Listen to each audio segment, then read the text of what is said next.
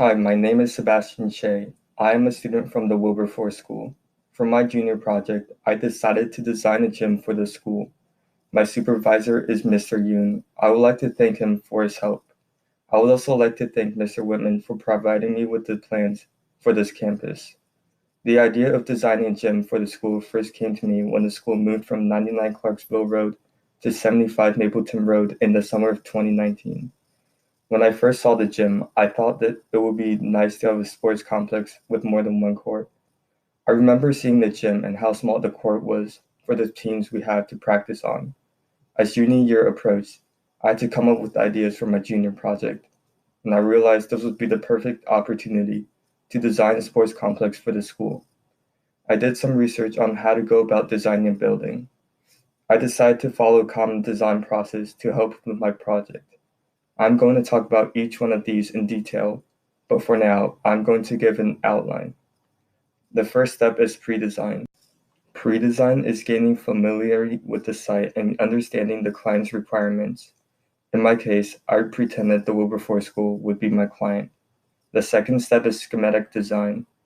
This is the process by which you come up with multiple designs, and out of those, you choose one. The third step is the design development.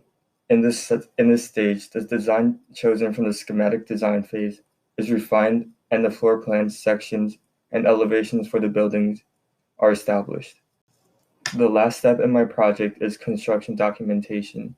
In this step, the structural plan is created and the plans are made sure that they are in accordance with the regulations required to obtain a building permit. Now I will go into detail about each one of these steps of the design process. The first step is pre-design. Pre-design is basically focusing on the site and its surroundings, and this can help figure out how to position the building. In this stage, I focused on drawing the site analysis. The site analysis is important for understanding topography, solar access, and wind patterns. Topography is the analysis of the physical features of the land, for example, slope, decline, and contour lines. Solar access is when and where the building receives sunlight throughout the day, and wind patterns are how the wind flows in this area of the campus. Understanding these things ensures that the building uses light and access well. By using the site analysis, I was able to pick the right place to situate the building. Based on where the building was, I had to work around the limitations. After finding a spot, it was time to start designing the gym. The next step is schematic design. As a reminder, in this step, you create multiple designs and choose which one to use. I made 2 designs and picked which one to use later. Some things I felt needed to be in a gym are 2 basketball courts, a swimming pool, a weight room, locker rooms, meeting rooms, and an office space for our athletic director, Coach Wright, who I often see at the corner desk in the faculty room with soccer uniforms overflowing her desk. Now that I had the areas I want to include, I had to figure out where they go to make moving around the building most efficient. For example, I placed the locker rooms next to the pool, making access to the locker rooms and pool easier. I chose this design because I like the spaces and how the rooms are arranged. The third step is design development. In this step, the design that emerges from the schematic design phase is improved. I began by searching for CAD softwares. CAD stands for Computer-Aided Design. It allows creating and visualizing designs easier. SketchUp is a 3D modeling CAD program I used to design the building. When I first started, I had no idea what I was doing, but eventually, after researching on how to use the software and watching endless YouTube videos, I was able to use this CAD software efficiently. I drew the floor plans by hand and made elevations and section cuts in SketchUp.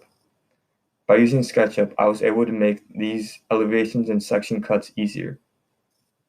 Floor plans, elevations, and section cuts are essential for understanding where everything is. A floor plan is a 2-dimensional scale diagram of the rooms in the building shown from above. The floor plan here is the one on the yellow trace paper. An elevation is a parallel projection from the sides of a building. Elevations provide information on doors, windows, and story height. The elevations also show section cuts. Section cuts are used for areas that are hidden and not able to be seen from the elevations or floor plans. In my model, the section cuts are vertical, allowing the rooms hidden by the exterior walls to be viewed.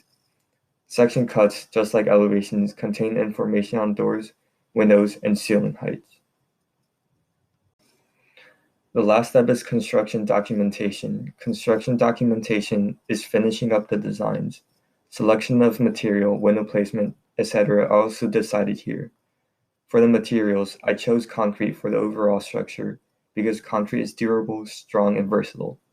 Most of the work during this stage is to create a structural design and review the plans so that they will be consistent for obtaining a building permit.